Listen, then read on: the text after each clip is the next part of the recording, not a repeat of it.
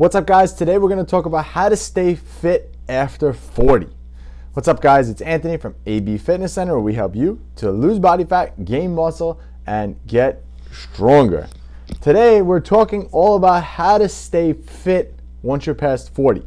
Okay? A lot of people listening to this I know are over the age of 40, so I'm going to talk to you guys specifically today and tell you guys how to stay fit and all the things that you need to be doing to just get in really good shape after 40, because things change a little bit as we get older. So if you haven't already, please make sure you hit that subscribe button. This way you never miss a beat and you get top-notch, applicable fitness information right away without the fluff.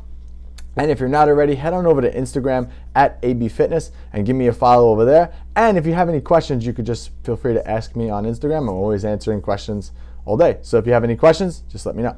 All right, so let's get rolling. So I know what you're kind of thinking. What is this guy, what is he doing? What is he saying? What does he know about training people over 40? Well, we specifically, we are like known for that. We have a lot of women, a lot of men who are over the age of 40, and we help them get into good shape.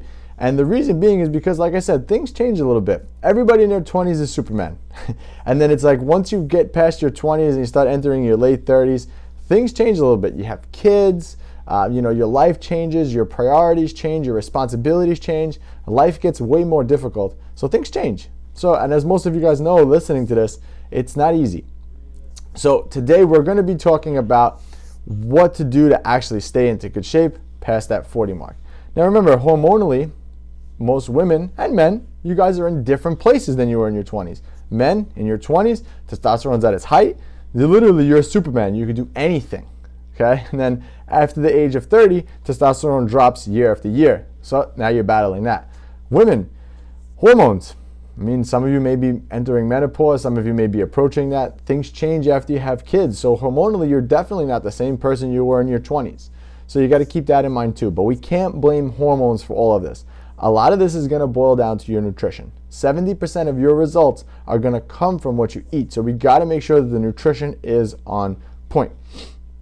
Now, remember, years of kind of yo-yo dieting. So at this point in 40, you've tried other diets before. You've tried different workout programs before. And what starts to happen is you begin to yo-yo. You start this one diet, it works out really well. Then you realize, okay, I can't follow this forever. And you kind of go back to your old habits.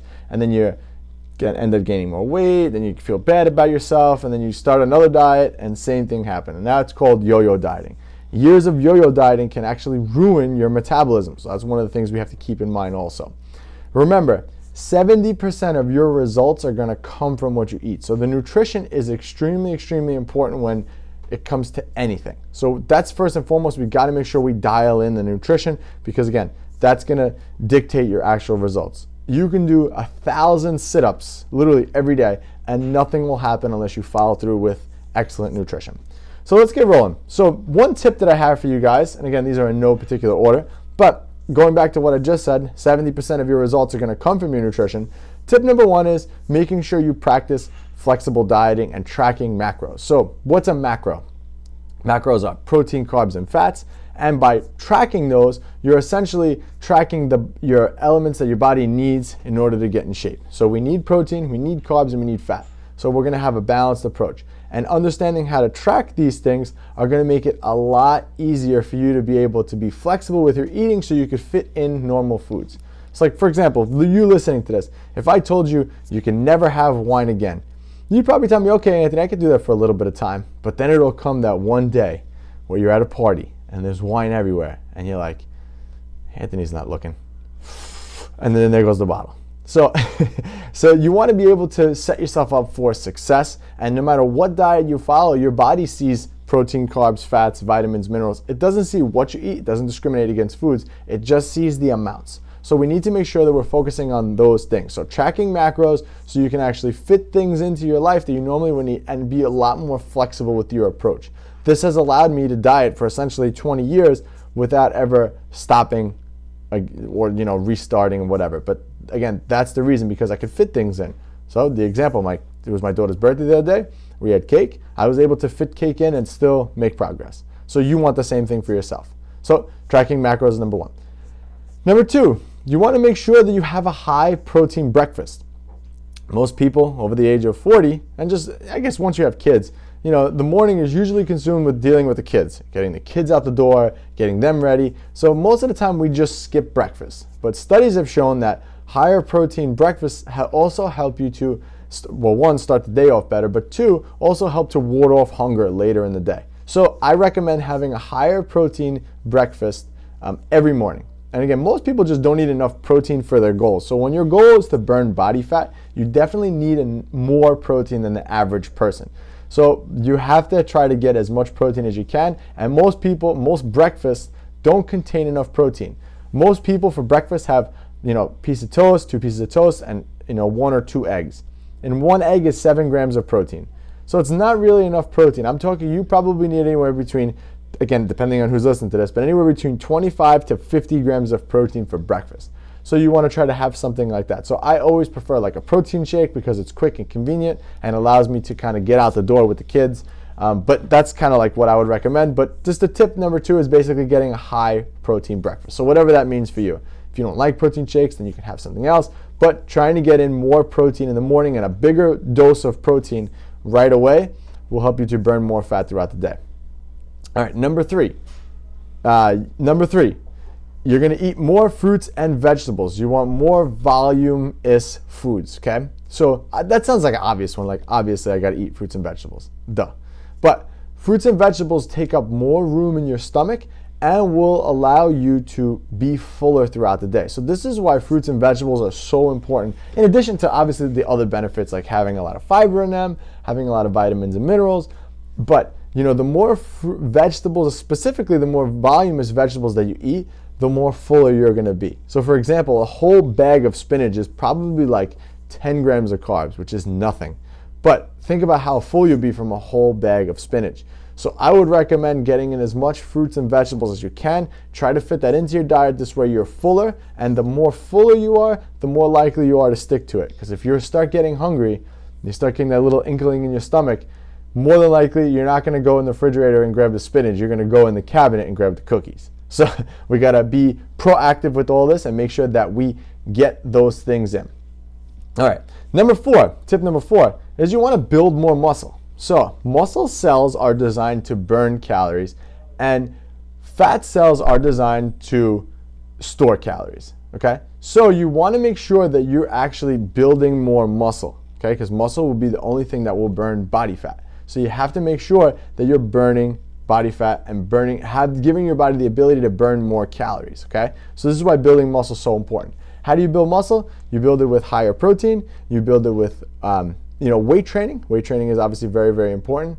And you want to make sure that you have those elements in there. So definitely doing things like squats, deadlifts, bench press. And I know what you're thinking. It's like, oh, I did squats when I was younger. And you're thinking of like all this big weight. It doesn't matter how much weight's in the bar as long as you're being progressive with that. All right, so tip number 5, I want you to be careful when you're eating out. Eating out is a huge, I don't want to say red flag because it's part of it and we have to do that, but eating out is extremely difficult to stay on course because even if you tried to get something healthy, they load up those meals. So for example, having a salad at a restaurant is probably like 1,100 calories, give or take the type of salad that you eat, because they use a lot of calorie-dense things. For example, some restaurants, they literally put butter on top of steak just to make it look shiny. And think about, a pad of butter, like one of those little squares of butter, is probably around 110 calories. So if you went out and you got, okay, I'm going to get grilled chicken and vegetables, and the grilled chicken was cooked in oil, 1 tablespoon of oil is 140 calories, and the vegetables were cooked in oil too, let's say it was 1 or 2 tablespoons, that's easily 400 to 500 calories added to that meal extra that you wouldn't have normally got anyway. So you have to be careful when you go out to eat, and always do not be embarrassed to change your meal. They hate me when I go out to eat because I'm literally like, okay, I need this plain, I don't want this, I don't want that. But you're going out to eat, they should cater to you. And again, only because I don't want to get calories snuck in there on me. Okay, so you want to make sure that when you go out to eat, that you modify the meal for what you want and you're aware of things like that. Like if I got broccoli rabe out, and I love broccoli rabe, but it's covered in oil. Typically when I go out to eat, I don't get the vegetables because they cook the vegetables in oil and butter, and they're loaded with calories, and it kind of defeats the purpose. Regular string beans, let's just say, should be about maybe 50 calories. But if you get them out, it's easily 200-300. So you want to avoid that. And number 6 is a habit tracker. Now, I talked about this in another video, so I'll link that video somewhere here. But a habit tracker is vital for actually getting results, because remember, in order to get results permanently and make every pound that you lose the last pound, you have to make sure that you build habits that last with you long term. And we build habits lasting long term through building these habits and having these reminders throughout the day. So a habit tracker on your phone is great. It's so important because it's kind of like it checks that box for you. So I found out about this through interviewing one of my clients who was successful, and she used a habit tracker, and I kind of like didn't believe it, but I started using one, and man, do they work. So download a habit tracker. You can download anyone on your phone and plug in the things that you need to do. Maybe it's okay, I need to track my food in MyFitnessPal. I need to drink whatever, a gallon of water. I need to take 10,000 steps. And make sure that you check those boxes every day. And that will lead to long-term success. All right, so if you're interested in getting some coaching with me, you can head on over to my website. I'll put the link in the description below. And I will also drop a blueprint that I designed to help you get into really good shape. So you can click that blueprint, get that, and you'll see it's all laid out on what exactly you need to do to get results. All right, guys, I will catch you on the next one, and don't forget to drop me one of these likes, okay? Thanks. Bye.